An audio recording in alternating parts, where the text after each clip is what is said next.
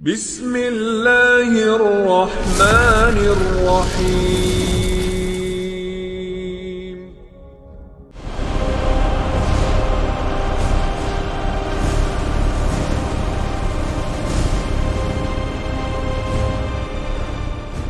Ma'asyiral muslimin yang dimuliakan Allah Subhanahu wa taala.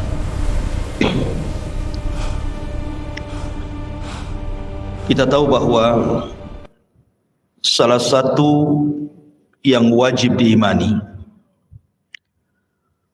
adalah beriman dengan adanya hari akhir. Dan hari akhir itu ada arkannya, ada rukun-rukunnya. Dan rukun-rukun hari akhir itu terdapat 5 perkara yang harus diyakini. Yang pertama, kematian. Wajib diimani, karena kita pasti mati. Yang kedua, alam barzah. Harus diyakini. Kemudian yang ketiga, alam mahsyar. Bahwa kita akan dibangkitkan oleh Allah Subhanahu wa taala dan dikumpulkan. Kemudian yang keempat, hisab, balasan. Dan yang terakhir adalah al-jaza, kesudahan daripada manusia.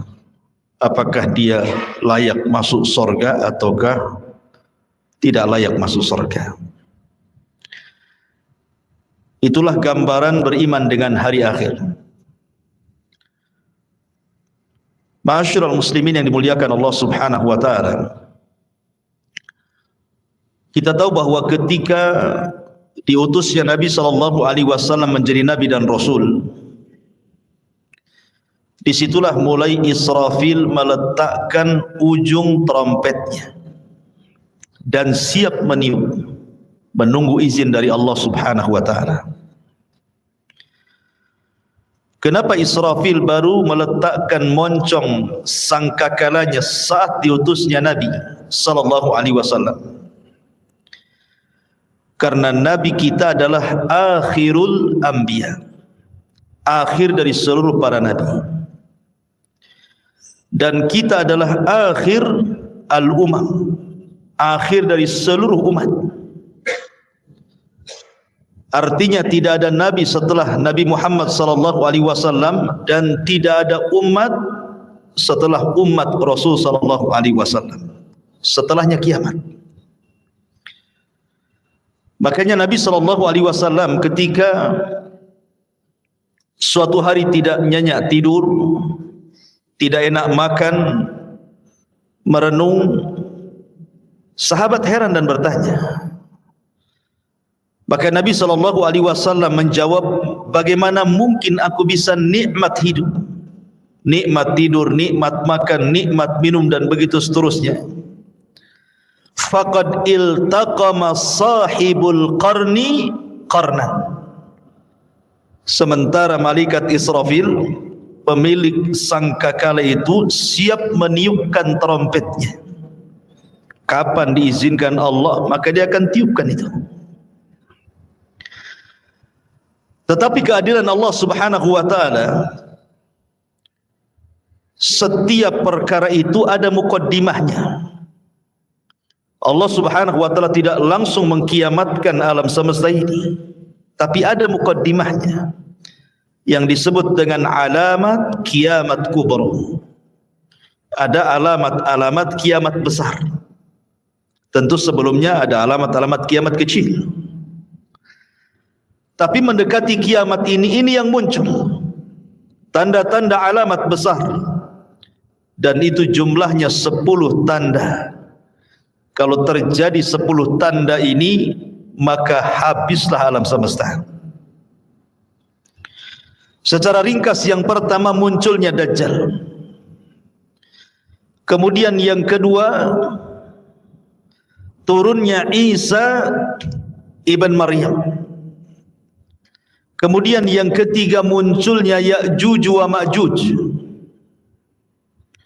Ini 3 alamat pertama. Kemudian 3 alamat pertengahan, munculnya dukhan. Maksudnya dukhan itu asap yang tebal, yang sangat hitam pekat yang ada di langit. Kemudian setelahnya munculnya matahari dari arah barat. Kemudian setelahnya munculnya binatang dari perut bumi yang disebut dengan dabatun minal ar. Binatang melata bisa bicara, yang menstempel mukmin dan kafir. Ini 3 alamat pertengahan. Maka alamat yang terakhir 3 gempa. Gempa dari arah barat, gempa dari arah timur, dan gempa di Jazirah Arab, dan ditutup dengan api yang menggiring manusia dari Aden Yaman, dikumpulkan di Syam. Disitulah kiamat dibangkitkan. Inilah 10 tanda kiamat besar.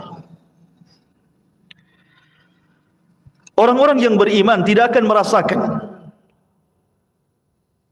tentang adanya kiamat besar, karena orang-orang yang beriman itu sebelum Israfil meniupkan sangkakalanya sudah diwafatkan oleh Allah Subhanahu wa taala dengan cara dikirim angin yang sangat-sangat dingin, kemudian menerpa setiap ketiak orang yang beriman walaupun punya iman sebiji zarah, maka akan wafat dengan angin itu. Sehingga tidak ada yang hidup kala itu kecuali orang yang paling jahat, yang paling buruk, yang paling kafir, yang paling syirik kepada Allah Subhanahu wa taala. Nabi SAW bersabda, la taqumus sa'ah illa ala syiraril khalqi. Tidak akan tegak hari kiamat kecuali tegak kepada manusia yang paling buruk yang ada di permukaan bumi. Ma'asyiral muslimin yang dimuliakan Allah Subhanahu wa taala, ketika Allah Subhanahu wa taala izinkan Israfil untuk meniupkan sangkakalanya, maka apa yang terjadi? Al-qari'atu mal qari'ah. Wa ma adraka mal qari'ah? Yauma yakunun nasu kal farashil mabthus. Al-qari'ah itu adalah suara yang keluar dari trompet moncong sangkakala yang ditiup Israfil. Itulah al-qari'ah, diambil dari al-qar', suara yang bisa memecahkan gendang-gendang manusia, dan suara yang bisa mewafatkan semua manusia yang hidup kali itu. Maka sekali tiupan, dan itu menunjukkan kemurkaan Allah Subhanahu wa taala, karena tidaklah mungkin Allah menghancur-hancurkan alam semesta kecuali karena kemurkaannya. Maka kiamat itu karena kemurkaan Allah Subhanahu wa taala. Maka disitulah kita lihat dalam ayat-ayat Al-Quran, di mana wa idzan nujumun tasharat, bintang dijatuh-jatuhkan, wa idzal biharu fujirat, kemudian lautan ditumpah-tumpahkan airnya, kemudian wa idza zulzilatil ardu zilzalaha, kemudian bumi digempa-gempakan. Ma'asyiral muslimin yang dimuliakan Allah Azza wa Jalla, Anda bisa bayangkan ketika terjadi tsunami Aceh, itu hanya sebagian kecil laut yang ngamuk gitu ya, yang marah karena kemarahan Allah Subhanahu wa taala. Dalam hitungan menit bisa menghancurkan bangunan dan melenyapkan banyak nyawa. Itu baru sebagian kecil laut. Ketika terjadi gempa di Jogja, dalam hitungan menit bangunan-bangunan roboh menimpa manusia, bangunan hancur, jiwa-jiwa melayang, dan begitu seterusnya. Begitu juga peristiwa gempa di Lombok, dan saya saksikan sendiri karena saya ke sana. Satu kabupaten rata dengan tanah. Ma'asyiral muslimin yang dimuliakan Allah Azza wa Jalla, ini bagian kecil dari bumi. Bagaimana karena Allah Subhanahu wa taala mengatakan idza zulzilatil ardu zilzalaha, Allah Subhanahu wa taala mengidhafahkan zilzal kepada ha, zilzalaha. Allah tidak katakan zilzalan. Kalau zilzalan artinya sekali gempa, boleh jadi di sini gempa, di situ tidak gempa. Tapi ketika zilzal kemudian diidhafahkan kepada ha yang kembali kata ganti ini kepada bumi, artinya satu bumi gempa. Kalau sudah satu bumi gempa, mau lari kemana? Kalau gempa di Batam bisa lari ke Tanjung Pinang. Gempa di Tanjung Pinang bisa lari ke Medan, kan gitu.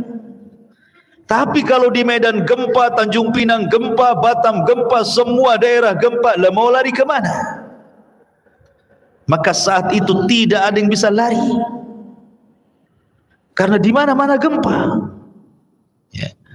Ma'asyiral muslimin yang muliakan Allah Subhanahu wa taala, sampai pada waktunya Allah Subhanahu wa taala mewafatkan semua manusia, semua jin, bahkan semua malaikat.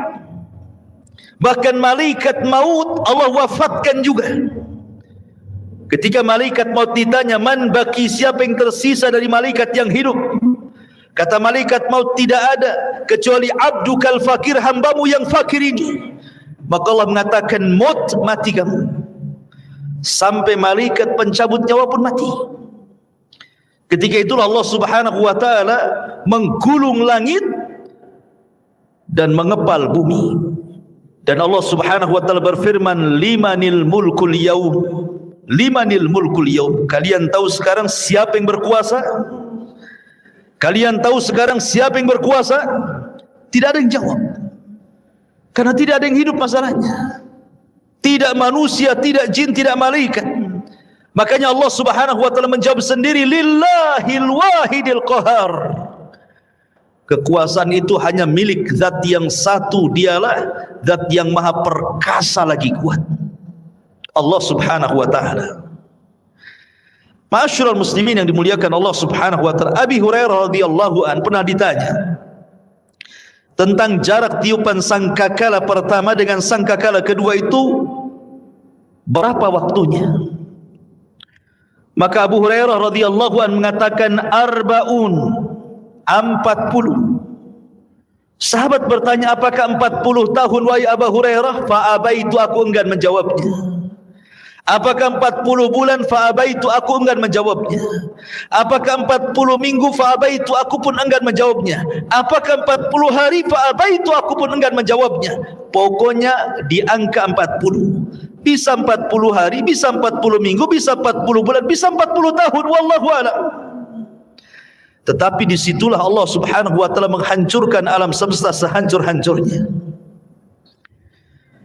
Ketika Allah Subhanahu wa taala menghancurkan sampai bumi yang kita pijak ini Allah hancurkan, Allah berfirman, yauma tubaddalul ardu ghairal ardi. Ketika Allah Subhanahu wa taala ganti bumi yang kita pijak dengan bumi yang lain.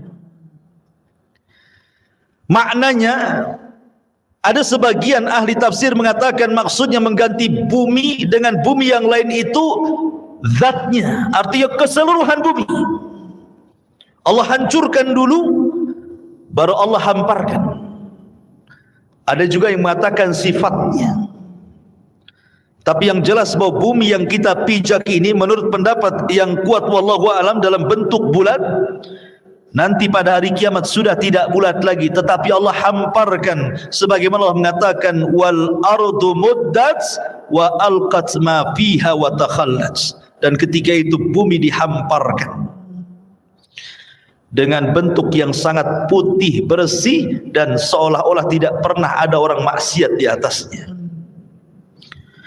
Ma'asyiral muslimin yang dimuliakan Allah Subhanahu wa taala, disinilah manusia akan dibangkitkan dengan tiupan sangkakala Israfil yang kedua. Ikhwan, ketika kiamat dibangkitkan, tidak ada satu jasad manusia kecuali Allah hancurkan. Bagaimana Allah Subhanahu wa taala bisa membangkitkan dari jasad yang dihancurkan? Ternyata Allah Subhanahu wa taala tidak menghancurkan semua jasad saat kiamat dibangkitkan. Bahkan dari Adam alaihi salatu wassalam yang dikubur lebih dulu dibandingkan kita dan seluruh anak keturunannya, yang jumlah mereka tidak ada yang tahu kecuali Allah. Berapalah jumlah yang hidup di permukaan bumi sekarang, ikhwan, dibandingkan orang yang ada di kuburan? Tentu lebih banyak mereka. Mungkin jasad mereka sudah dimakan tanah, tetapi Allah subhanahu wa ta'ala dengan kuasanya, ada satu jasad manusia tidak dihancurkan Allah subhanahu wa ta'ala, bagaimanapun caranya. Apa itu? Tulang ekor manusia. Tulang ekor manusia walaupun kecil itu tidak akan dihancurkan walaupun dikiamatkan bumi ini. Kenapa? Karena dari tulang ekor itulah kita dibangkitkan oleh Allah subhanahu wa ta'ala. Jasad boleh hancur tapi tulang ekor tidak hancur. Jasad boleh hancur tapi ruh tidak hancur. Ruh tetap Allah subhanahu wa ta'ala letakkan di mana? Kalau ruhnya orang-orang yang beriman Allah letakkan fil illiyin, di tempat yang paling mulia, yang paling tinggi. Tapi kalau ruhnya orang kafir diletakkan di tempat yang paling rendah, di dasar bumi yang paling rendah, yang paling dasar. Lah ketika tiupan sangkakala yang kedua, Allah subhanahu wa ta'ala berfirman, wa akhrajatil ardu athqalaha, dan kami keluarkan beban-beban isi bumi ke permukaan. Wa alqat ma fiha wa takhallat, dan kami lempar beban bumi dan semua ada di permukaan bumi. Tentu setelah bumi diganti dengan bumi yang baru. Ini jasad, belum ada ruh. Dan bagaimana Allah subhanahu wa ta'ala bisa membangkitkan dari tulang ekornya? Dalam hadis yang sahih, Allah subhanahu wa ta'ala mengirimkan hujan, karena asal kehidupan itu dari air, dan kami jadikan air itu segala sesuatu bisa hidup, kan itu. Wa ja'alnal ma' kulla syai'in hayyin, kami jadikan air itu segala sesuatu hidup. Maka Allah akan hujani itu bumi itu. Ketika setiap tulang ekor tersentuh dengan air hujan tersebut, maka semua terlempar ke permukaan. Kemudian Allah ciptakan kembali jasad yang sudah hancur itu. Di situ Allah subhanahu wa ta'ala katakan, wa idzan nufusu zuwizat, ketika Allah lesatkan setiap ruh-ruh yang diletakkan di illiyin kalau dia ruhnya mukmin, dan roh-roh yang ada di sijin kalau dia kafir munafik, dilesatkan semuanya. Subhanallah, tidak ada yang tertukar. Ruh masuk ke jasad-jasadnya yang pernah dia tempati di bumi, semua akan melesat di situ. Disitulah terjadi dalam akidah ahli sunnah wal jamaah sebagai yaumul ba'thi wan nusyur, hari kebangkitan, di mana manusia akan dibangkitkan di situ. Bagaimana kondisi mereka dibangkitkan? Allah subhanahu wa ta'ala menyamakan kebangkitan manusia di padang mahsyar itu dengan dua binatang. Pertama dengan laron, dan yang kedua dengan belalang. Adapun dengan laron, Allah subhanahu wa ta'ala berfirman, al-qari'atu mal-qari'ah, wa ma adraka mal-qari'ah, yawma yakunu nasu kal farash. Farash itu artinya laron yang berhamburan. Tetapi dalam ayat yang lain Allah mengatakan kal jaradil muntashir, seperti belalang-belalang yang berterbangan. Satunya laron berhamburan, satunya belalang berterbangan. Apa bedanya? Menurut ulama akidah, adapun ketika Allah subhanahu wa ta'ala menyamakan hari kebangkitan itu manusia seperti laron, itulah permulaan kebangkitan. Di mana ketika manusia bangkit, ikhwan, manusia itu tidak tahu harus kemana. Karena padang pasir itu la ma'lama fi, tidak ada tanda sama sekali. Karena tanah itu putih bersih, Tidak ada tanda sama sekali. Ketika di dunia banyak tanda. Ini desa, ini kecamatan, ini ibu kota. Ini gang, ini jalan, ini lorong dan begitu seterusnya. Ini kota, ini desa, ini hutan. Di dunia ada maklam, ada tanda. Tapi di akhirat tidak ada tanda masalahnya. Anda mau lari kemana? Mau cari rumah siapa? Sementara ketika Allah Subhanahu wa ta'ala ganti bumi itu datar, tidak ada yang meninggi, tidak ada yang merendah, tidak ada gunung, tidak ada bukit, tidak ada lembah, semua datar. Kenapa Allah ciptakan seperti itu? Supaya menampung manusia sejak zaman Adam sampai yang terakhir mati.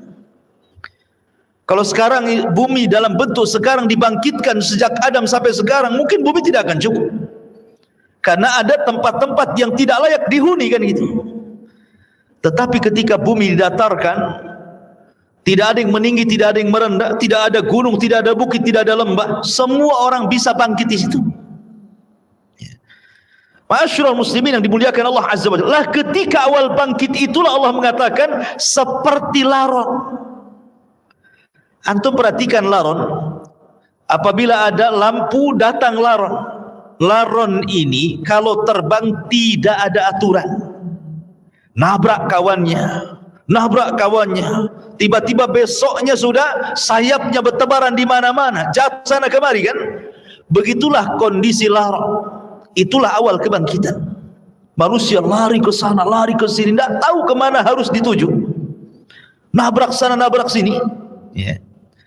Baru setelah kemudian ada panggilan di satu titik, agar mereka mendekati kepada panggilan yang Allah Azza wa Jal perintahkan malaikat untuk memanggil, barulah mereka tertib mengarah ke satu titik. Itulah yang disebut dengan jaradil muntashir, seperti belalang.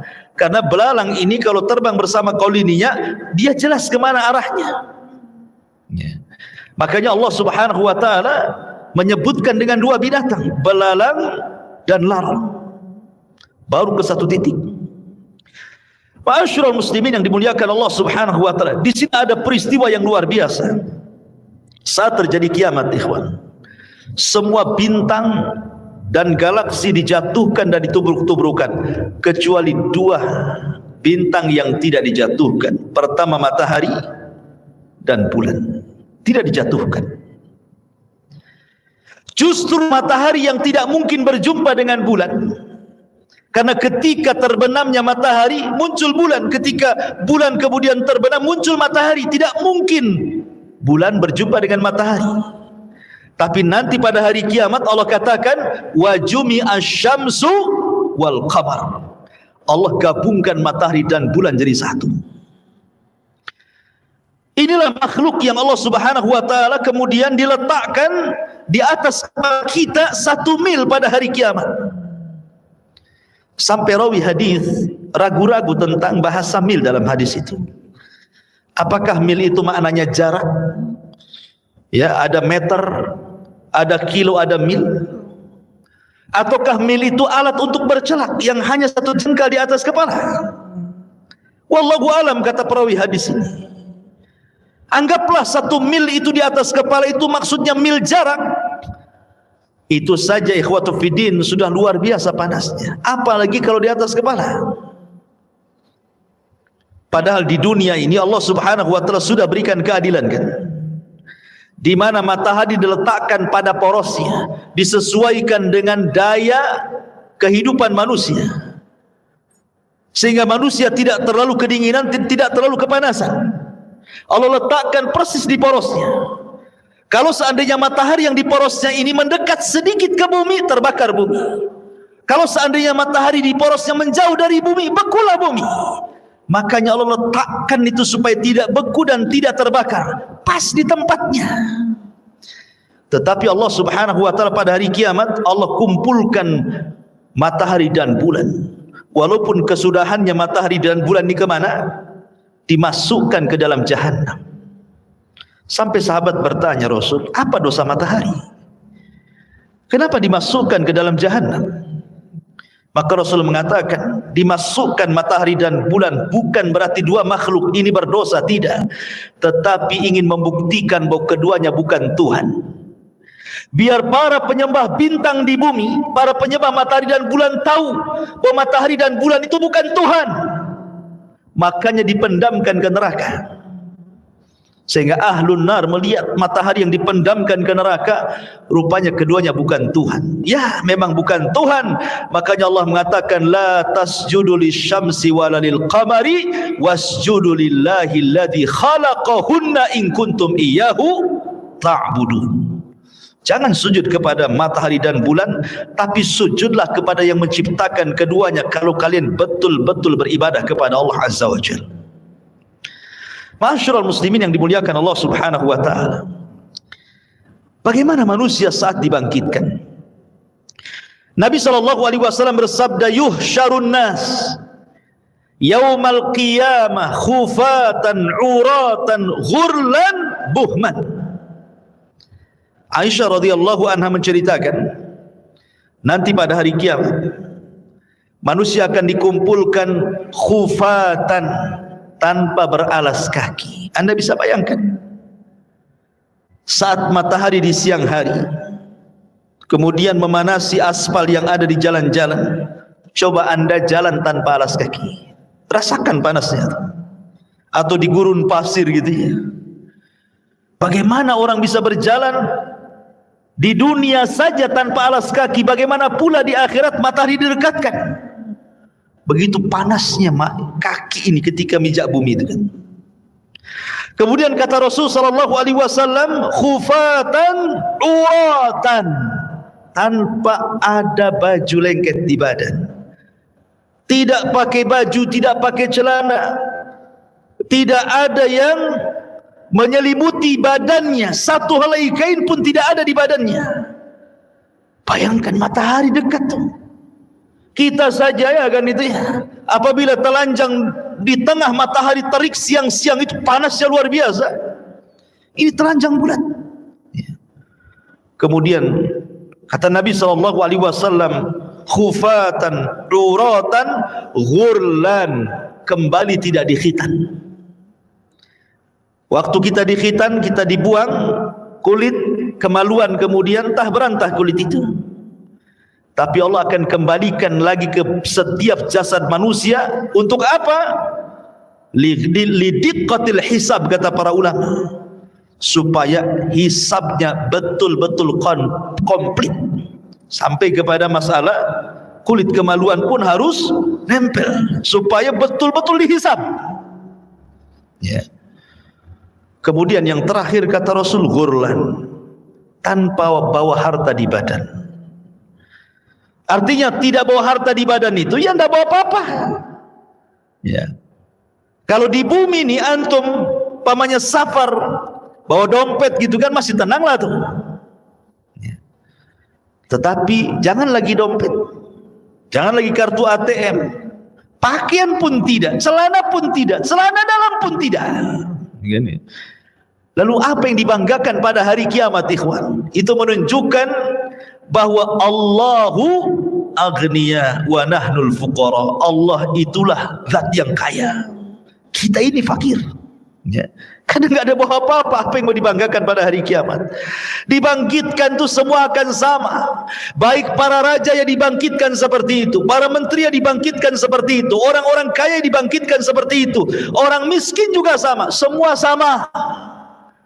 Tidak ada yang dibanggakan pada hari itu di hadapan Allah Subhanahu wa taala, dan tidak ada yang disombongkan pada hari itu. Ma'asyiral muslimin yang dimuliakan Allah Subhanahu wa taala. Ada sebuah hadis yang dikeluarkan Imam Muslim. Nabi sallallahu alaihi wasallam mengatakan, yub'atsu kullu 'abdin 'ala ma mata 'alaihi.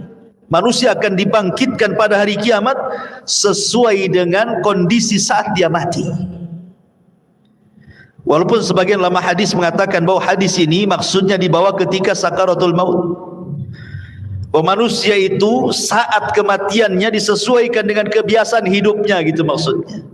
Kalau kebiasaan hidupnya dia baik, insya Allah akan diwafatkan dengan cara husnul khatimah. Kalau kebiasaan hidupnya jahat, bisa saja dia diwafatkan dalam su'ul khatimah. Tapi ada juga yang mengatakan dari kalangan muhadditsin bahwa hadis ini berbicara tentang kebangkitan. Manusia itu akan dibangkitkan sebagaimana saat dia mati. Makanya Nabi SAW, kenapa ketika orang-orang yang haji itu, yang masih menggunakan kain ihram, kemudian qadarullah meninggal, kata Nabi SAW, suruh dikafani dengan ihramnya kan?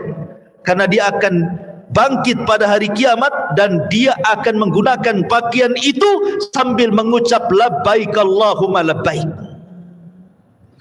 Kemudian ketika Nabi SAW menguburkan para syuhada, mereka tidak dimandikan, tidak dikafankan, tidak disolatkan, langsung dimasukkan ke dalam liang lahat dengan pakaian mereka yang masih berlumuran darah, karena mereka akan dibangkitkan seperti itu dan darah-darah mereka menjadi saksi syuhada mereka. Dan saat dikubur, maka malaikat Munkar dan Nakir tidak akan bertanya soal siapa Tuhanmu, siapa nabimu, apa agamamu. Kenapa? Karena kata Nabi SAW, kafa, cukuplah bibariqatis suyuf, kilatan-kilatan pedang saat jihad, fitnah bagi dia, sehingga tidak ada fitnah kubur lagi. Ma'asyiral muslimin yang dimuliakan Allah Azza wa Jalla, bahkan pada hari kiamat Abu Sa'id Al-Khudri radhiyallahu anhu mengatakan, nanti pada hari kiamat ada orang-orang yang diseret dengan wajahnya. Subhanallah. Kita di bumi berjalan dengan kedua kaki, tapi nanti saat dibangkitkan ada manusia-manusia berjalan kakinya di atas, kemudian wajahnya diseret, wajahnya di bawah, jalan dengan kepalanya. Sahabat bertanya, ya Rasulullah, wahai Rasul, kok ada orang yang seperti itu? Maksudnya kok bisa, bukankah di dunia dia berjalan dengan kakinya? Maka Nabi mengatakan, alaysa alladhi amshahu ala rijlaihi fid dunya qadiran ala an yamshiyahu ala wajhihi yaumal qiyamah. Kata Nabi SAW, bukankah ketika di bumi dia bisa berjalan dengan kedua kakinya, siapa yang menjadikan dia bisa berjalan seperti itu? Allah. Maka sebagaimana Allah mampu menjalankan manusia di bumi dengan kedua kakinya, maka Allah pun mampu menjalankan dengan wajahnya pada hari kiamat. Dan mereka orang-orang kafir. Bahkan subhanallah, al-jaza min jinsil amal, ikhwan, balasan itu sesuai dengan amalannya. Ada manusia saat dibangkitkan itu kecil, ya. Di tengah manusia yang besar-besar, dia dibangkitkan seperti semut, sehingga dia harus terseok-seok menghindari langkah kaki orang yang lari ke sana kemari. Lihatlah semut kecil kan. Kalau seandainya kita melihat semut kecil kemudian kita jalan, terkadang ada semut yang kita injak. Jadi ada ketika dibangkitkan itu, manusia dibangkitkan seperti seekor semut kecil sekali.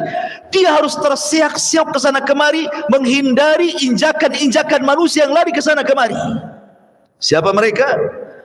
Mereka al-mutakabbirun, orang-orang yang sombong. Sebagaimana Nabi SAW bersabda tentang mereka, bahwa orang-orang yang sombong akan diciptakan seperti biji zarah pada hari kiamat. Mereka terseok-seok karena menghindari injakan kaki manusia yang besar itu. Kenapa Allah buat dia kecil? Karena ketika di dunia dia merasa besar. Ya kan, orang sombong itu kan merasa besar ya. Maka Allah buat kecil pada hari kiamat. Ada juga ma'asyiral muslimin yang dimuliakan Allah Azza wa Jalla, ketika dia bangkit, dia kemudian terseok-seok kayak orang mabuk, tidak tahu harus kemana. Dan mereka adalah para pemakan riba. La yakumuna illa kama yakumul ladzi yatakhabbathu syaitanu minal mas. Pemakan riba itu nanti bangkit pada hari kiamat seperti orang yang kesurupan, yang dimasuki setan ke dalamnya, oyong ke sana kemari. Ada juga kata Nabi SAW, orang yang dibangkitkan itu buta, padahal di dunia dia melihat, sehingga dia kemudian mengatakan, Rabbi lima hasyartani a'ma wa qad kuntu basira. Rabb, kenapa kau bangkitkan aku dalam kondisi buta? Dulu di dunia aku melihat. Maka Allah Subhanahu wa taala mengatakan, ya, karena engkau ketika di dunia melupakan ayat-ayatku, sekarang kulupakan kau buat buta, kata Allah Subhanahu wa taala. Jadi macam-macam orang dibangkitkan itu. Ada yang berteriak-teriak memanggil-manggil Allah Subhanahu wa taala, ya Rabb, ya Rabb. Tapi Allah tidak memandangnya sama sekali. Ada orang-orang yang tidak akan pernah dipandang pada hari kiamat. Bahkan tidak akan diberikan rahmat, bahkan sudah disediakan azab yang pedih. Subhanallah ya kawan. Kalau sampai kita tidak dipandang oleh Allah Subhanahu wa taala, berarti kita akan merasakan peritnya neraka jahanam. Siapa mereka? Kata Nabi SAW, salasatun la yukallimuhumullahu yawmal qiyamah wa la yuzakkihim wa la yanzuru ilaihim wa lahum adzabun alim. 3 orang tidak akan diajak bicara pada hari kiamat, tidak akan disucikan, tidak akan dilihat, bahkan azab sudah menunggu mereka. Pertama, syekhun zanin, sudah tua tapi suka berzina, menunjukkan akhlaknya buruk. Kemudian yang kedua, malikun kadzab, raja pendusta, penguasa para pendusta, mendustakan rakyatnya. Wa'ilun mustakbir, sudah miskin sombong pula dia. Kemudian juga Rasul mengatakan, salasatun la yukallimuhumullahu yaumal qiyamah. Ada juga orang-orang yang tidak akan diajak bicara oleh Allah Subhanahu wa taala, tidak akan disucikan, tidak akan dilihat, bagi mereka azab yang pedih. Al-musbil, orang yang melembrehkan pakaiannya di bawah mata kaki. Al-mannan, orang yang suka mengadu domba ke sana kemari. Al-munfik sil'atahu bil hanifil kadhib, seorang pedagang untuk melariskan dagangannya berdusta dengan sumpah kepada Allah Azza wa Jalla. Mereka tidak akan diajak bicara, mereka tidak akan dilihat oleh Allah Subhanahu wa taala. Termasuk juga rajulun ata rajulan au imra'atun fi duburi, atau seseorang laki-laki yang melakukan homoseksual, tidak akan diajak bicara, tidak akan disucikan, tidak akan dilihat oleh Allah. Atau seorang laki-laki yang berhubungan lewat dubur istrinya, tidak akan diajak bicara, tidak akan disucikan, bahkan tidak akan dilihat oleh Allah Subhanahu wa taala. Termasuk juga imra'atun la tashkuru li zawjiha, istri yang tidak pernah bersyukur kepada suaminya. Istri yang tidak pernah bersyukur kepada suaminya, apabila suaminya mendatangkan banyak kebaikan, hanya satu kesalahan dia mengatakan engkau tidak pernah berbuat baik. Bersyukur kepada suaminya. La yanzurullah ila imra'atin la tashkuru li zawjiha, Allah tidak akan melihat kepada seorang wanita yang tidak pernah syukur kepada suaminya. Jadi ada orang-orang yang tidak akan dilihat Allah. Dia panggil-panggil ya Rabb, ya Rabb, Allah tidak peduli dengan orang itu. Bahaya ikhwan, kalau sampai tidak dilihat oleh Allah Subhanahu wa taala. Lah ketika itu ma'asyiral muslimin, maka Allah Subhanahu wa taala mulai pisah-pisahkan manusia itu. Awalnya kan berkumpul tuh, jadi satu. Sejak zaman Adam sampai yang terakhir mati terkena trompet sangkakala Israfil, dibangkitkan semuanya.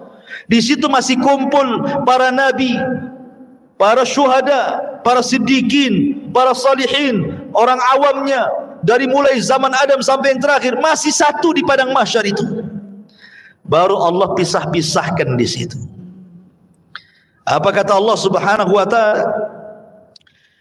Kata Allah Subhanahu wa taala, hei, siapa yang di antara kalian ketika di dunia menjadi para pemimpin yang adil, keluar kalian kemari,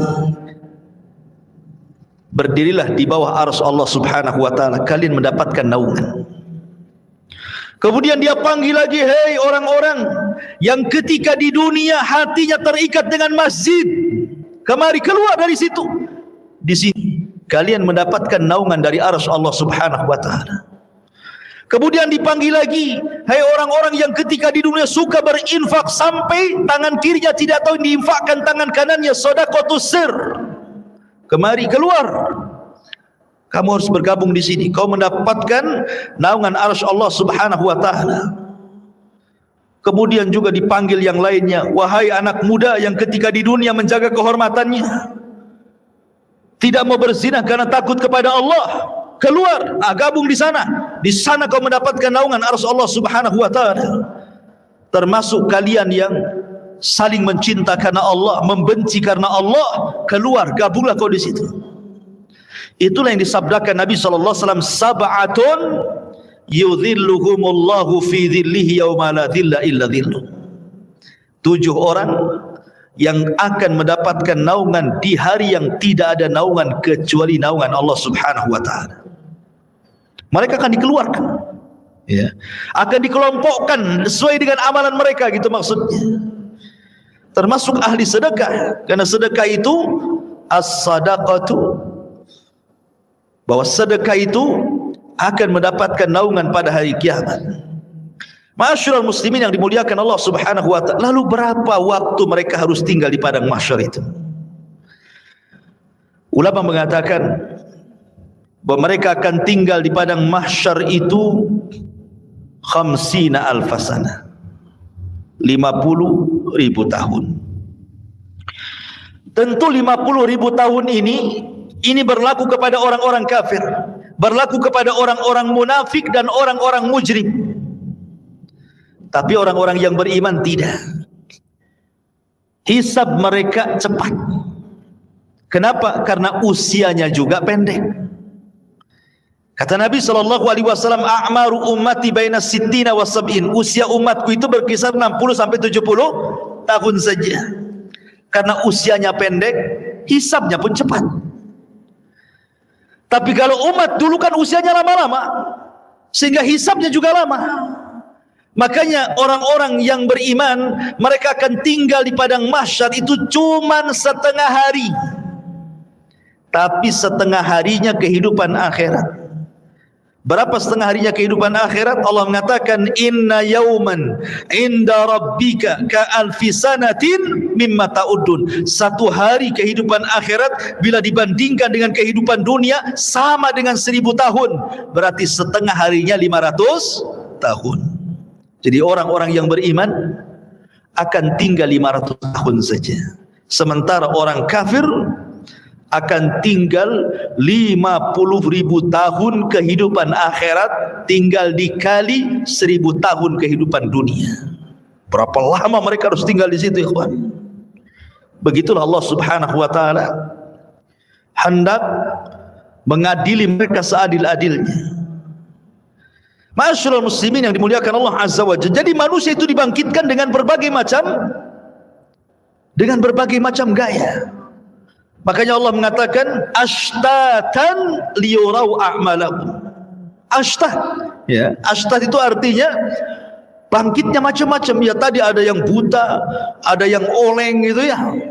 Ada yang kepalanya di atas, kepalanya di bawah, kakinya di atas gitu ya. Ada yang kemudian pincang jalannya, macam-macam orang itu dibangkitkan. Kemudian habis itu dikelompok-kelompokkan, ahli sedekah dengan ahli sedekah, ahli Quran dengan ahli Quran, ahli solat dengan ahli solat, dan begitu seterusnya. Ma'asyiral muslimin yang dimuliakan Allah Azza wa Jalla, disinilah banyak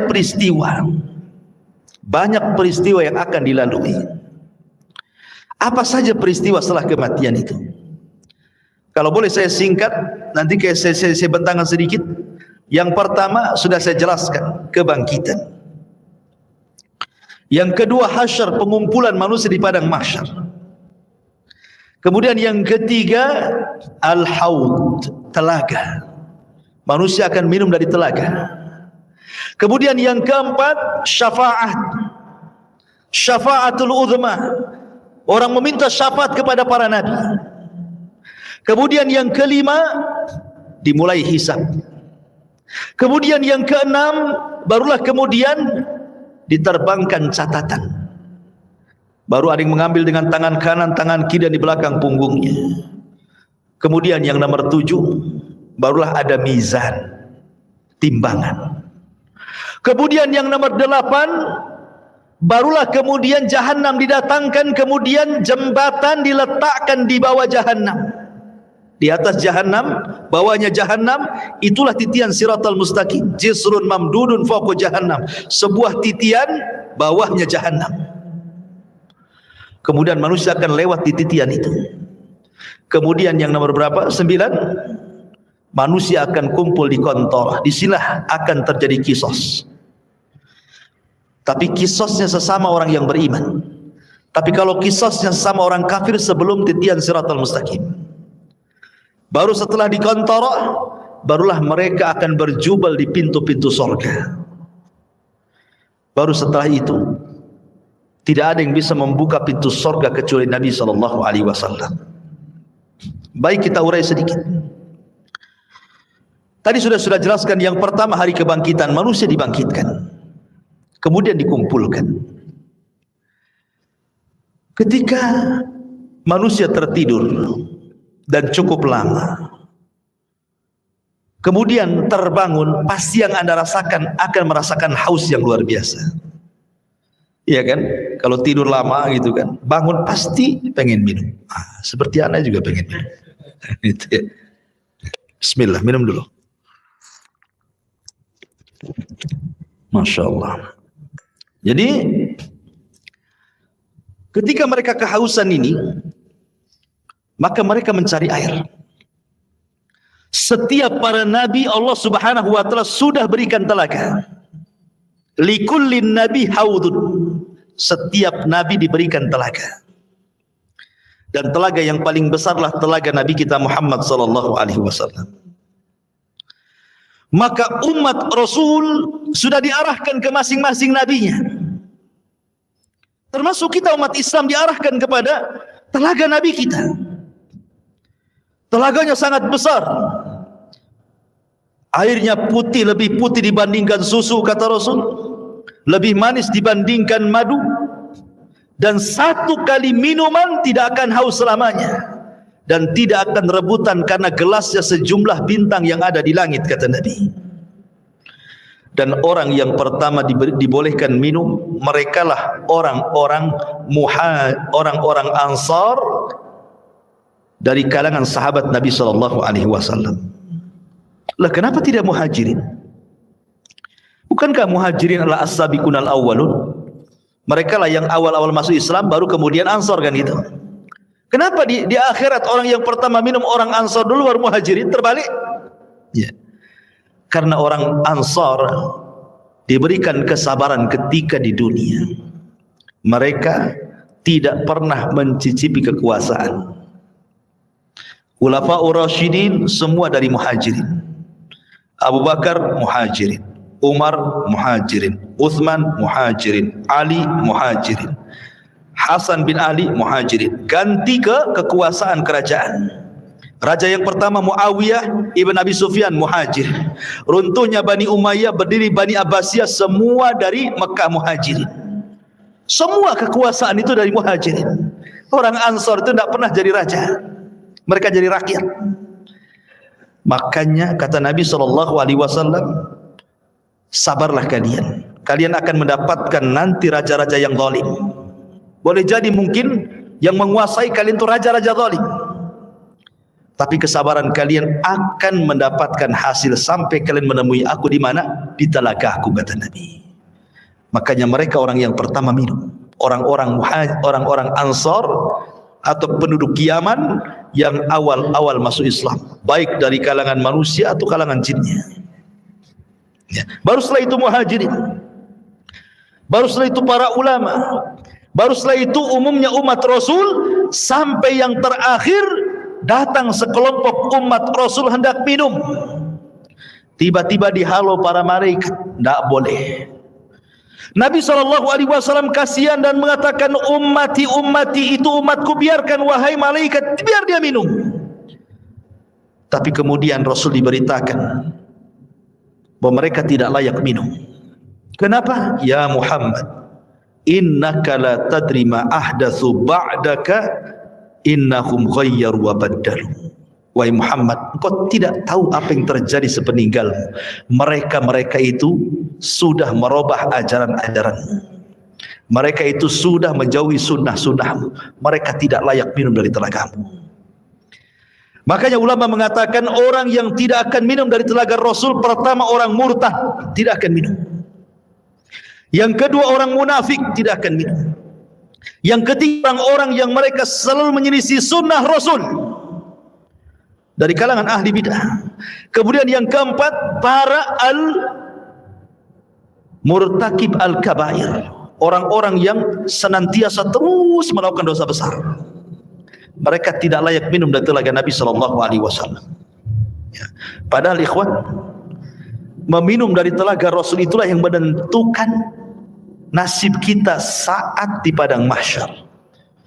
Karena ketika matahari didekatkan, kita merasa haus. Sementara Rasul mengatakan siapa yang meminum satu teguk saja dia tidak akan haus selamanya, kan? Artinya bisa meringankan beban saat matahari didekatkan sebenarnya. Ya. Baru setelah kemudian mereka minum, ada yang minum, ada yang tidak. Kemudian mereka berkumpul lagi di padang mahsyar, dibiarkan oleh Allah Subhanahu wa ta'ala. Dengan matahari didekatkan, kemudian keringat dicucurkan, sampai-sampai keringatnya membanjiri, sampai kalau seandainya ada perahu dijalankan, perahu bisa jalan di keringatnya. Karena ada yang tenggelam selutut, ada yang tenggelam sepusat, ada yang tenggelam sedada, ada yang tenggelam telinga, ada yang tenggelam betul-betul dengan keringatnya sesuai dengan amalannya.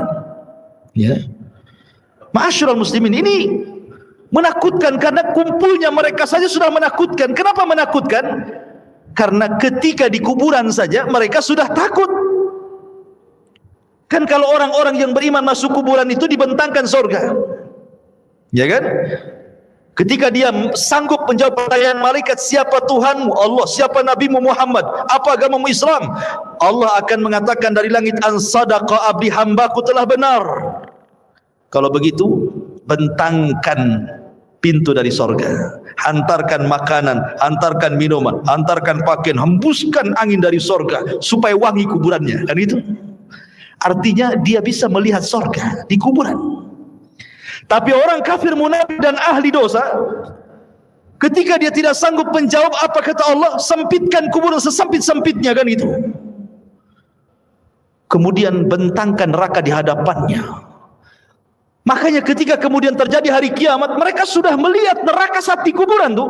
Makanya mereka sudah ketakutan luar biasa.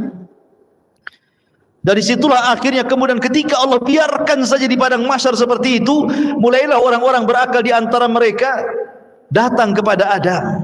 Ya Adam, anta abul bashar, kau ini bapak manusia. Isfa' lana ila rabbik, mintalah syafaat kepada Rabbmu. Ala tara ila ma nahnu fi, tidakkah kau iba kepada kami, lihat kondisi kami. Tapi Adam mengatakan tidak bisa, karena aku sudah pernah melakukan maksiat sehingga Allah murka, dan kemurkaannya tidak pernah terjadi sebelum dan sesudahnya. Sebaiknya kau kenuh saja, datang kepadamu. Sama juga jawabannya. Kata Nuh, sebaiknya kau datang kepada Ibrahim. Sama pula jawabannya. Tidak bisa juga. Kata Ibrahim, sebaiknya kau datang kepada Nabi Musa. Musa pun sama. Bahkan kata Musa, sebaiknya datang kepada Isa. Jadi antara Adam, Nuh, Ibrahim, Musa, Isa, semua mengatakan nafsi, nafsi, urus diri kalian, katanya. Kata Isa bin Maryam, sebaiknya kalian datang kepada Muhammad sallallahu alaihi wasallam. Maka mereka datang kepada Rasulullah. Baru Nabi SAW tidak menolak permintaannya dan mengatakan ana laha, kan ku coba, kata Rasul. Maka Nabi SAW berangkat sendiri, kemudian mendekati arsy Allah, kemudian sujud di bawah arsy dengan sujud yang sangat lama. Kemudian Allah datang dan mengatakan irfa ra'saka ya Muhammad. Kata Allah Subhanahu wa ta'ala, angkat kepalamu wahai Muhammad. Sal qul tusma, sal tu'ta, ishfa tushaffa. Katakan kau didengar, minta kau diberi, mintalah syafaat, ku beri kau syafaat, kata Allah. Ini yang disebut dengan syafaatul uzma, syafaat khusus yang hanya diberikan kepada Rasul kita, tidak diberikan kepada para nabi. Dan orang yang paling bahagia dengan syafaat Rasul, kata Abu Hurairah radhiyallahu an, dalam hadis Abu Hurairah, Nabi SAW bersabda, as'adun nas bi syafaati man qala la ilaha illallah.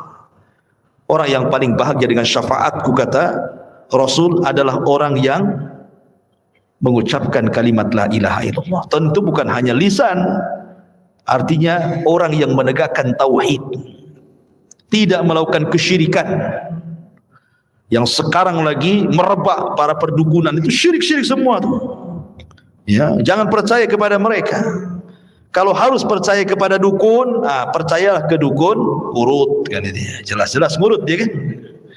Nggak ada mantranya yang ngurutnya. Dukun bayi, ya kan? Kalau dukun santet nggak usah percaya. Dukun ramal apalagi. Ya. Jadi ma'asyiral muslimin yang dimuliakan Allah Azza wa Jalla, setelah syafaat, apa yang terjadi? Setelah syafaat, ardul a'mal. Allah akan memperlihatkan amalan kita, ikhwan. Liyurau a'malahum.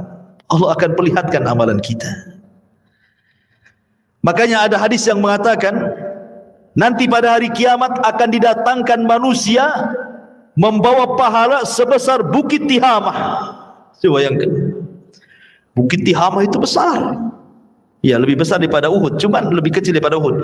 Cuman kata Nabi, nanti pada hari kiamat ada orang bawa pahala sebesar Bukit Tihamah. Diperlihatkan amalannya besar sekali. Tiba-tiba kemudian amalan itu dihilangkan. Gara-gara apa? Karena orang itu suka bermaksiat sendirian. Dia bermaksiat sendirian. Kok bisa maksiat sendirian? Nah, inilah alat maksiat sendirian. Ini alat maksiat sendirian. Cukup saya dan handphone saja. Itu maksiat sendirian, dalam kamar sendirian, nyumpet apa antum ya. Entah lagi nyebar hoax di situ. Copy paste hoax, ya kan? Atau apalah yang dilihat di situ. Ya. Waktunya sholat masjid aja situ kan. Ini maksiat sendirian. Nanti ada orang pada hari kiamat pahalanya sebesar gunung Tihamah. Rupanya setelah diperlihatkan itu saja, tiba-tiba dihilangkan. Kemudian ditanya kenapa dihilangkan?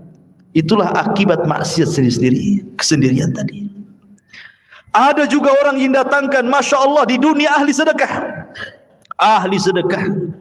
Ada masjid perlu bangunan disumbang dia, ada madrasah perlu uang disumbang dia, ada fakir miskin butuh biaya disumbang dia. Tidak ada tempat kecuali sumbang dia.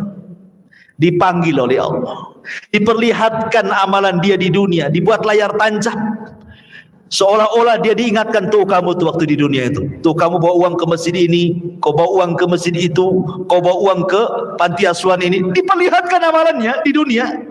Kemudian Allah mengatakan, betul itu kamu tuh yang jalan ke sana kemari? Oh iya, dengan bangganya. Itu saya, wahai Allah. Ya. Kemudian Allah mengatakan, untuk apa kau amalkan itu? Maka dia mengatakan, saya bersedekah untukmu ya Rabb. Kata Allah, kadzabta, dusta kamu. Kadzabta, dusta kamu. Engkau bersedekah itu supaya engkau dianggap dermawan. Engkau bersedekah itu supaya engkau dianggap pemurah. Engkau bersedekah itu supaya dipuji manusia. Kadzabta, dusta kamu. Akhirnya malaikat bawa ini seret di neraka. Didatangkan lagi para mujahidin. Kemudian diperlihatkan bagaimana saat jihad dia banyak membunuh musuh, akhirnya dia mati syahid. Diperlihatkan sama Allah itu, betul kamu itu? Oh iya, itu saya, wahai Rabb. Apa yang melakukan? Ustushhidu fik, aku mati syahid karenamu ya Rabb. Kata Allah, kadzabta, dusta. Itu bukan. Kau ini perang hanya supaya orang menganggap kau pahlawan saja, kau pemberani, supaya dikenang orang. Tidak. Kadzabta, dusta kamu. Seret, masukkan dia ke neraka. Didatangkan lagi orang pakar Quran, alim bil Quran. Sehari-harinya dia baca Quran, dia ajarkan Al-Quran, dia baca Quran, dia tegak kepada Allah dengan Al-Quran. Diperlihatkan, betul kamu itu yang semalaman salat dengan membaca Al-Quran? Oh iya, itu saya, wahai Rabb, katanya. Untuk apa kau lakukan? Oh, qara'tu fikal Quran, aku baca Quran untukmu ya Rabb. Kadzabta, dusta. Dusta kamu. Kamu membaca Quran itu supaya manusia menganggap kau qari, ahli pakar Quran, hebat dalam Quran, dan begitu seterusnya. Kadzabta, dusta kamu, syaratkan neraka. Jadi ada orang-orang yang diperlihatkan amalannya, itu disebut ardul a'mal namanya. Baru setelah ardul a'mal masuk pada perkara hisab. Ikhwan, hisab ini mencakup pertama orang kafir, kedua orang munafik, ketiga orang yang beriman. Adapun orang kafir ada yang mengatakan tidak dihisab. Apa yang mau dihisab? Amalannya sudah lebur-lebur. Makanya Allah mengatakan a'maluhum karamadin istaddat bihi, amal mereka sudah habis, ludas di dunia saja enggak diterima. Lalu apa yang mau dihisab? Ada yang berpendapat tidak akan dihisab orang kafir, langsung ke jahanam. Tapi ada juga mengatakan tetap dihisab, hanya sekedar formalitas untuk menunjukkan keadilan Allah Subhanahu wa taala. Orang munafik lebih jahat dibandingkan orang kafir. Maksudnya munafik i'tiqad ya, bukan munafik amal. Apa bedanya munafik i'tiqad dengan amal? Kalau munafik i'tiqad itu zahirnya Islam, hatinya kafir. Jadi dia masuk Islam dengan badannya, keluar dari Islam dengan hatinya. Tapi kalau munafik amal ini masih muslim, dia hanya meniru sifat munafik. Kalau ngomong dusta, kalau janji khianat, itu munafik amal namanya. Beda ya. Dia tidak dikeluarkan dari Islam. Jadi munafik yang dikeluarkan dari Islam itu yang mendohirkan Islam, menyembunyikan kekufuran, seperti orang-orang orientalis dan begitu seterusnya. Ya. Karena ada orang-orang misionaris yang ingin memurtadkan kaum muslimin, pura-pura masuk Islam kan itu ya. Adapun hisabnya orang-orang mukmin ada dua. Ada yang disebut dengan hisaban yasira, mudah hisabnya. Ada yang disebut dengan hisaban asira, sulit hisabnya. Apa bedanya? Kata Nabi SAW, hisab yang mudah itu, orang ini akan ditanya oleh Allah Subhanahu wa taala semua apa yang dilakukan dia di dunia. Tetapi dia tidak diwajibkan untuk menjawab. Hanya mengiyahkan saja. Betul kamu zina? Iya. Betul kamu rampok? Iya. Betul kamu ini? Iya. Betul kamu itu? Iya. Betul kamu sholat? Iya. Betul kamu puasa? Iya, ya, gitu saja. Ya. Habis itu Allah tutupi aibnya dan Allah ampuni dosanya. Itu hisab yasir, mudah. Tapi hisabnya ada yang sulit. Bagaimana caranya? Ketika dia tanya soal amalannya, dia bantah. Dia membantah Allah. Kamu juri? Enggak. Itu bantah namanya. Korupsi? Enggak. Jadi sehingga harus datangkan saksi. Kata Nabi SAW, manukisha udzib. Siapa yang ketika dihisab ada bantah-bantahan, maka akan diazab orang ini. Ya. Itulah yang disebut hisaban asir, hisab yang sulit. Kalau dia sampai bantah-bantahan, berarti dia mendapatkan hisab yang sulit. Tapi kalau tidak ada bantah-bantahan, dia hanya sekedar ikrar, menetapkan apa yang ia lakukan saja, habis itu Allah tutup dan Allah ampuni, berarti dia mudah hisabnya. Ya. Itulah yang disebut dengan hisab mudah dan hisab sulit.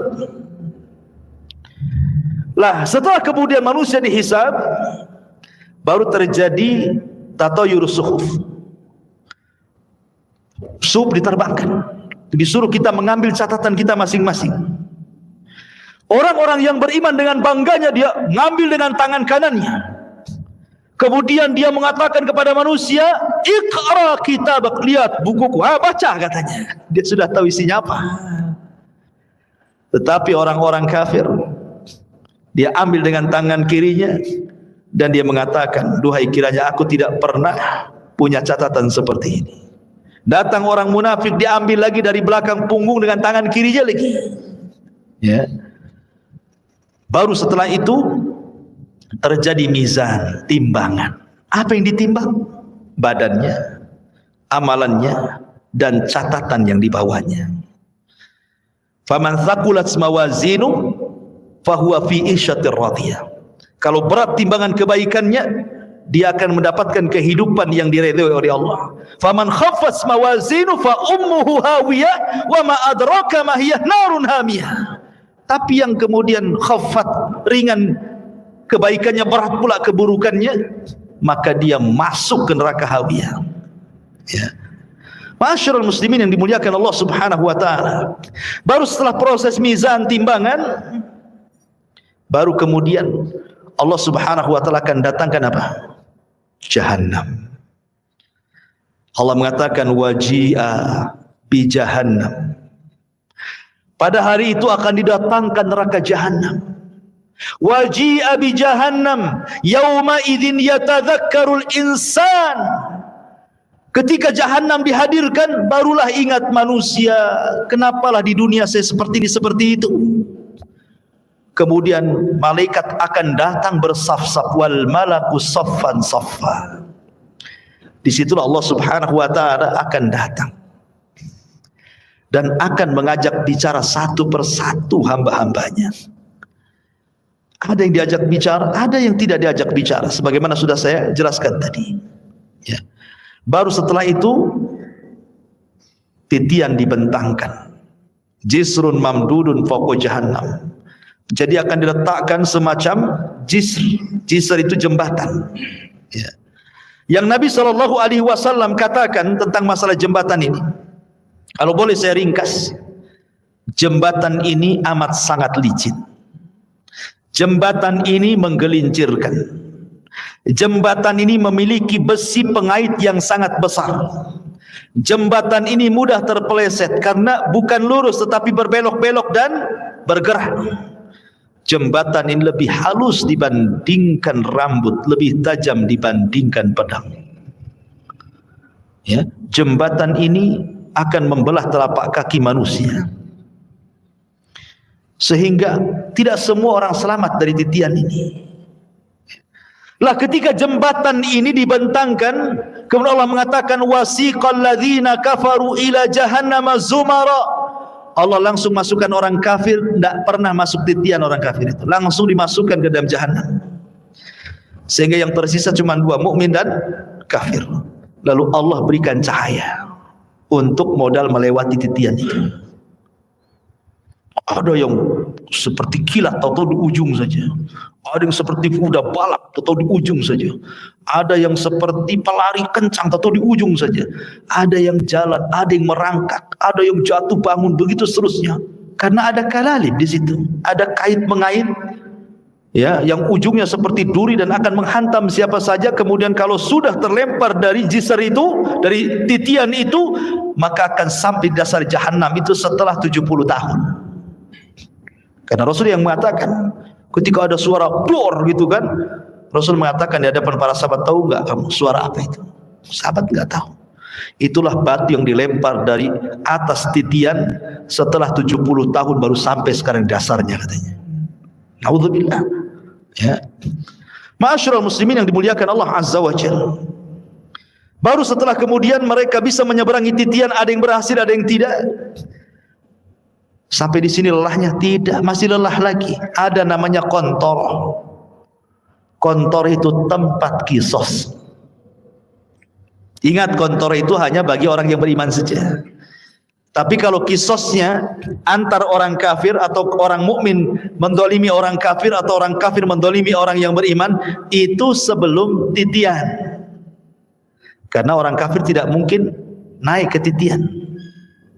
Jadi kalau ada orang Islam mendolimi orang kafir, terjadi kisos di sini. Kalau ada orang kafir mendolimi orang kafir, terjadi kisos di sini. Termasuk juga binatang akan dikisos. Sampai Rasul mengatakan, binatang yang bertanduk dengan binatang yang tidak bertanduk, yang ketika di dunia ditanduk-tanduk sama binatang yang bertanduk, akan didatangkan tuh, dicabut tanduknya, kemudian diletakkan ke yang tidak bertanduk. Allah mengatakan, tanduklah dia sebanyak dia menanduk kamu di dunia. Disaksikan oleh manusia itu kisos kepada binatang itu, semua akan dikisos. Ya, yang buaya makan kambing gitu ya. Kemudian harimau makan kancil, semua akan terjadi kisos. Tapi selesai kisos, selesai hisab, apa kata Allah? Kuni turaba, jadilah kalian tanah. Maka binatang-binatang itu semua jadi tanah. Orang-orang kafir menyaksikannya, tiba-tiba mereka mengatakan, ya laitani kuntu turaba. Duhai kiranya aku jadi tanah seperti binatang itu, kata.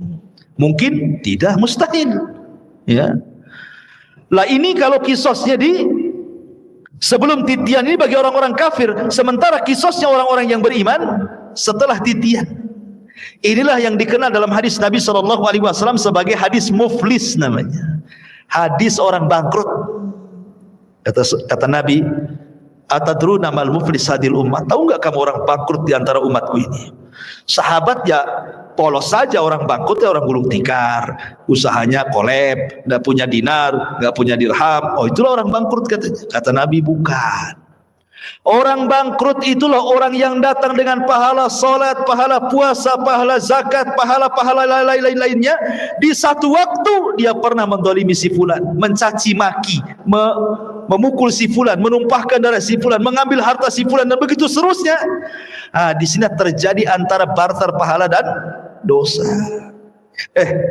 Jangan ke situ dulu kamu, sini. Dulu kau memukul saya. Mana pahalamu? Diambil pahalanya. Mau pergi lagi ke pintu surga, tunggu dulu. Dulu kamu mencaci maki saya. Sini pahalamu. Berangkat lagi, tunggu dulu. Dulu kau yang menginjak kaki saya. Tunggu dulu. Akhirnya banyak orang yang minta pahala dia, habis pula pahalanya. Ketika habis pahalanya, masih ada juga. Ingat gak? Dulu kau yang ambil uang saya.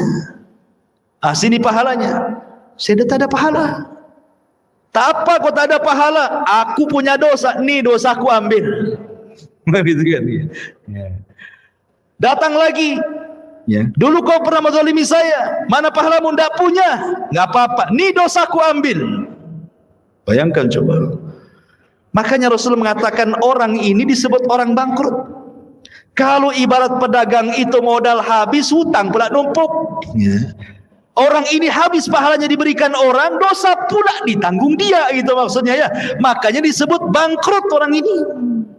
Kalau masih tersisa pahalanya, ada kesempatan masuk surga. Kalau tidak, dicemplungi lagi ke neraka. Di sini terjadi kisos, ikhwan, antar orang yang beriman. Bahkan yang mengeri adalah kisosnya pembunuhan. Karena awal yang pertama dihisab oleh Allah itu, kalau hak manusia adalah masalah darah, ya. Dan itu ketika proses hisab itu, yang pertama kali hak manusia adalah darah. Tapi kalau hak Allah salat. Yang pertama dihisab kalau hak Allah adalah salat. Tapi kalau hak hamba masalah darah. Kata Abdullah ibn Abbas radhiyallahu anhu, orang-orang yang dibunuh itu akan membawa kepala, tangan kirinya diambil kepalanya. Jadi dia berjalan tanpa kepala. Walaupun ketika di dunia dibunuhnya bukan dipenggal kepalanya, mungkin diracun, mungkin diceki, mungkin diapa gitu ya, mati. Tapi nanti pada hari kiamat orang-orang yang dibunuh tanpa kepala berjalan menghadap Allah, dan tangan kirinya membawa kepalanya sambil bercucuran darah di lehernya. Kemudian tangan kanannya membawa pembunuhnya dihadapkan kepada Allah. Kemudian dia mengatakan, "Ya Rabb, sal hadza lima qatalani." Ya Rabb, tanya orang ini, kenapa dia sampai membunuh? Tanya, ya. Karena pembunuhan itu kan sebagaimana sabda Rasul nanti di akhir zaman, al-qatil la yadri fi ma qatal wal maqtul la yadri fi ma qutil. Orang yang membunuh bingung kenapa dia bisa membunuh, orang yang dibunuh lebih bingung lagi kenapa saya bisa dibunuh. Karena dalam Islam itu aturan bunuh-membunuh sudah ada, qisas, atau dia berzina dan sudah menikah, atau karena dia murtad, dijelaskan begitu ya. Tapi gara-gara rebutan parkir bunuh-bunuhan, gara-gara waris bunuh-bunuhan, gara-gara masalah sedikit utang piutang bunuh-bunuhan, ini akan terjadi kisos. Dan kisos ini akan diulang. Walaupun di dunia kisos ini berlaku, tetap akan diulang. Karena yang namanya kisos itu belum memuaskan sebuah keadilan. Walaupun sesuai dengan syariat Islam. Apalagi tidak sesuai dengan syariat Islam. Yang sesuai dengan syariat Islam saja tidak memenuhi keadilan. Contoh, si A membunuh si B. Yang satu preman, yang si B ini orang soleh. Si B ini dia penopang keluarganya. Yang satu ini preman. Dibunuhlah orang baik ini. Kemudian datang ke mahkamah Islam, diponis kisos, dibunuh premannya. Akhirnya sama-sama mati kan. Tapi bagi keluarga belum ada keadilan. Ini yang mati orang baik.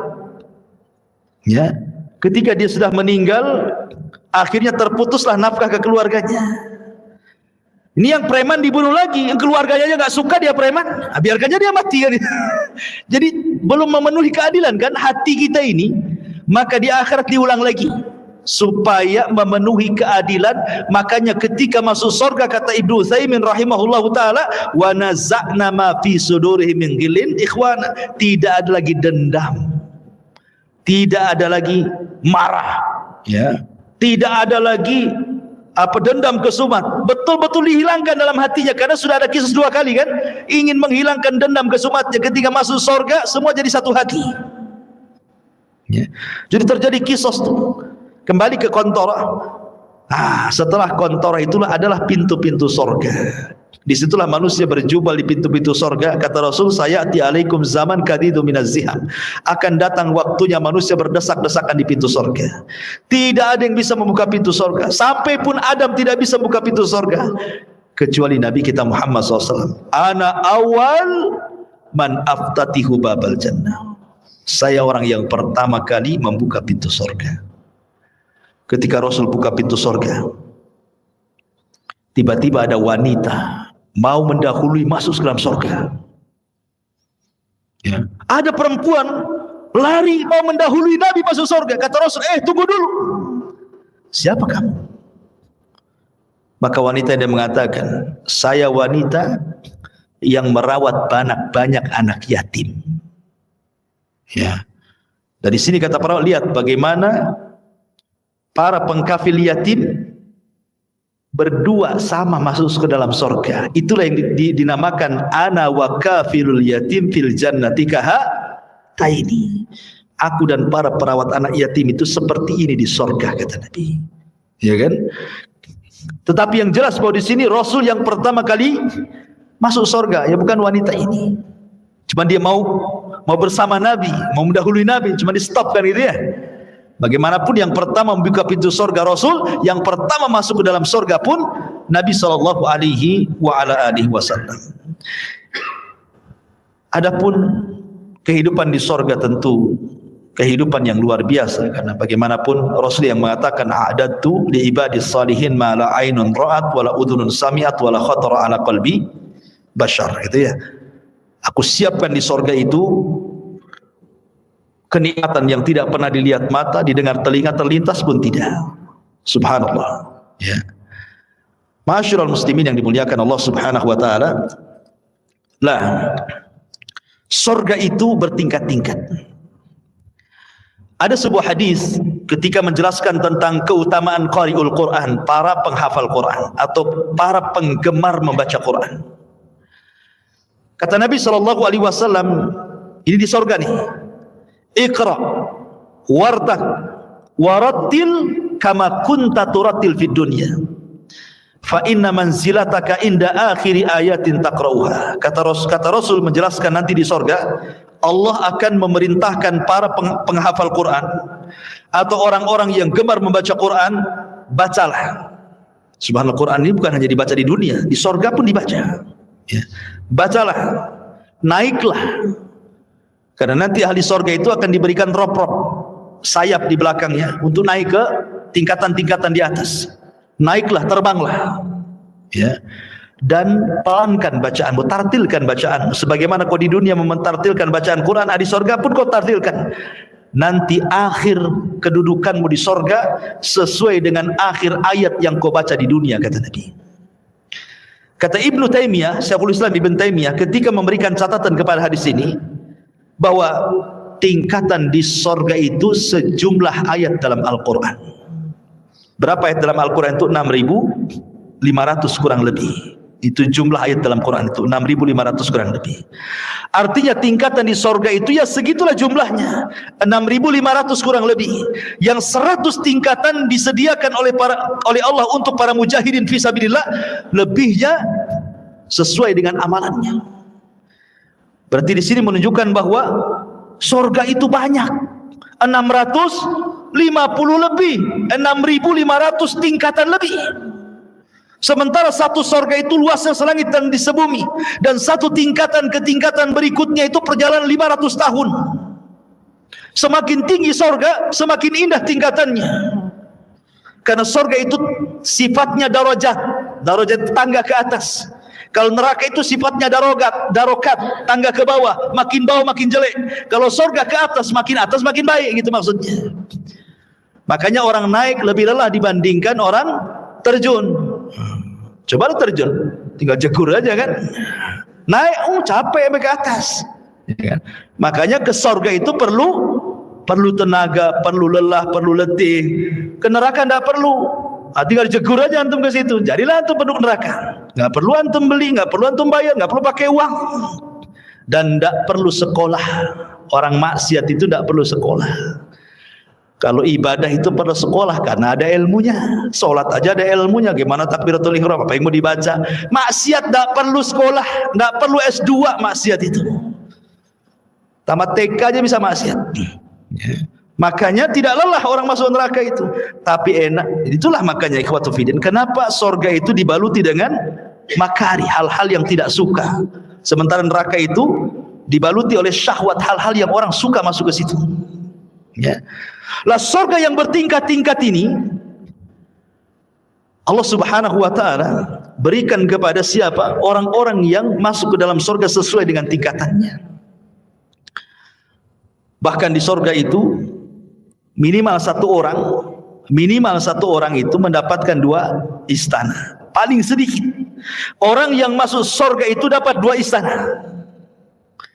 Dapat 2 istana. Kalau seandainya di dunia antum dapat 2 rumah di Sukajadi yang paling dalam, yang paling mewah itu, wah udah senang sekali. Tapi sayang rumah di Sukajadi nggak seberapa dibandingkan rumah di sorga. Cuman karena nggak kelihatan, makanya malas untuk bangun rumah di sorga. Maunya di dunia saja karena nampak gitu ya. Lah jadi paling sedikit orang masuk sorga itu, setiap orang mukmin masuk sorga minimalnya 2 istana Allah berikan. Kenapa? 1 istana solid milik dia, 1 istana itu milik orang kafir yang masuk neraka, diwariskan kepada orang yang beriman. Tilkumul jannah uristumuha, itulah sorga yang diwariskan kepada kamu. Jadi minimalnya 2. Dan Allah mengatakan waliman khafa maqama rabbihi jannatan. Bagi yang takut kepada Rabbnya maka dia Allah berikan 2 sorga. Tapi kita bisa lebih daripada hanya 2 istana. Bahkan setiap hari antum bisa menambah istana itu dengan mudah. Kata Rasul, barang siapa yang membaca qul huwallahu ahad Allahus samad lam yalid walam yulad walam yakul lahu kufuwan ahad 10 kali dalam sehari semalam, banallahu lahu baitan fil jannah. Allah akan bangunkan antum istana di sorga tanpa modal. Cukup baca qul hu 10 kali. Modal? Tidak. Modal ngomong saja. Kalau antum bangun rumah, sak jelek-jelekan kos-kosan, keluar uang pondasi, uang bata, uang batu, uang semen, uang spandek, uang keramik, macam-macam. Cukup kulhu 10 kali jadi itu istana di sorga. Tapi baca kulhu aja malas, ya kan? Karena nggak nampak masalahnya. Coba kalau seandainya saya kasih rumah antum, nggak usah di Sukajadi, tiban kampung 1. Ya. Tapi kulhunya jangan 10, 5.000. Wow, langsung pada daftar itu besoknya. Siap Ustaz, 5.000 kulhu, baca kulhu. Yang penting dapat rumah saya. Itu di dunia ya kan. 5.000 kulhu dia baca loh. Ini tidak perlu 5.000 kulhu, 10 saja dapat loh di sorga. Tidak mau baca juga. La haula wala quwwata illa billah.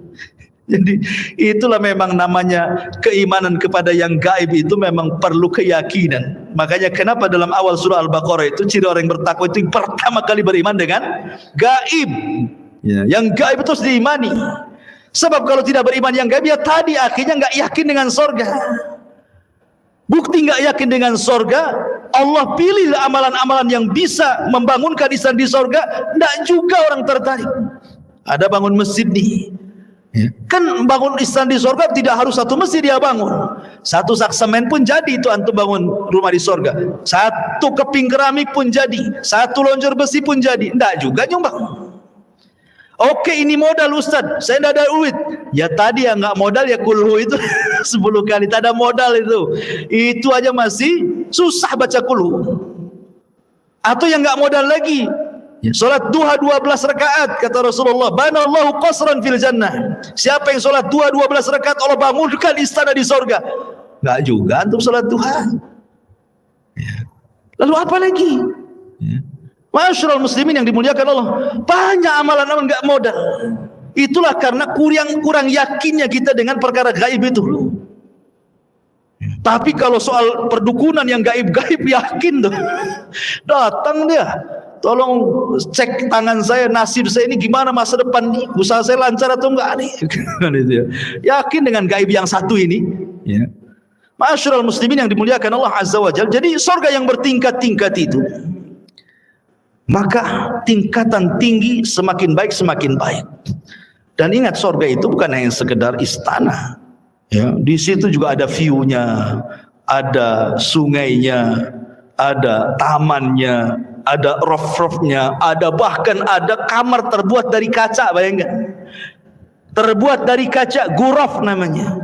Kamar itu persis terbuat dari kaca. Yura dhahiruha batinuha. Orang dalam melihat keluar, orang luar melihat ke dalam. Ya bahasa kita rumah kaca lah. Kan sekarang kan lihatlah rumah-rumah minimalis itu kan cantik itu kalau dikasih kaca itu kan. Di mana tuh ghuraf itu? Di atas. Kalau kita ini di dunia bangun satu bangunan di atas, harus ada tiang dari bawah nopang tuh. Di sorga tak ada. Tak ada tiang, ya gitu saja kamar. Ustaz, gimana saya kesananya katanya. Antum pikir antum di surga kayak apa? Terbang antum ke sana. Ya. Karena semua binatang di surga itu, jangankan kita, binatang di surga semua terbang. Makanya bahasa Quran itu lahmi tair. Tair itu artinya burung. Ya, daging burung gitu ya. Jadi semua binatang itu kata para ulama terbang di surga itu. Tidak ada binatang melata kayak di bumi itu berjalan di, tidak ada, semua terbang. Antum aja terbang.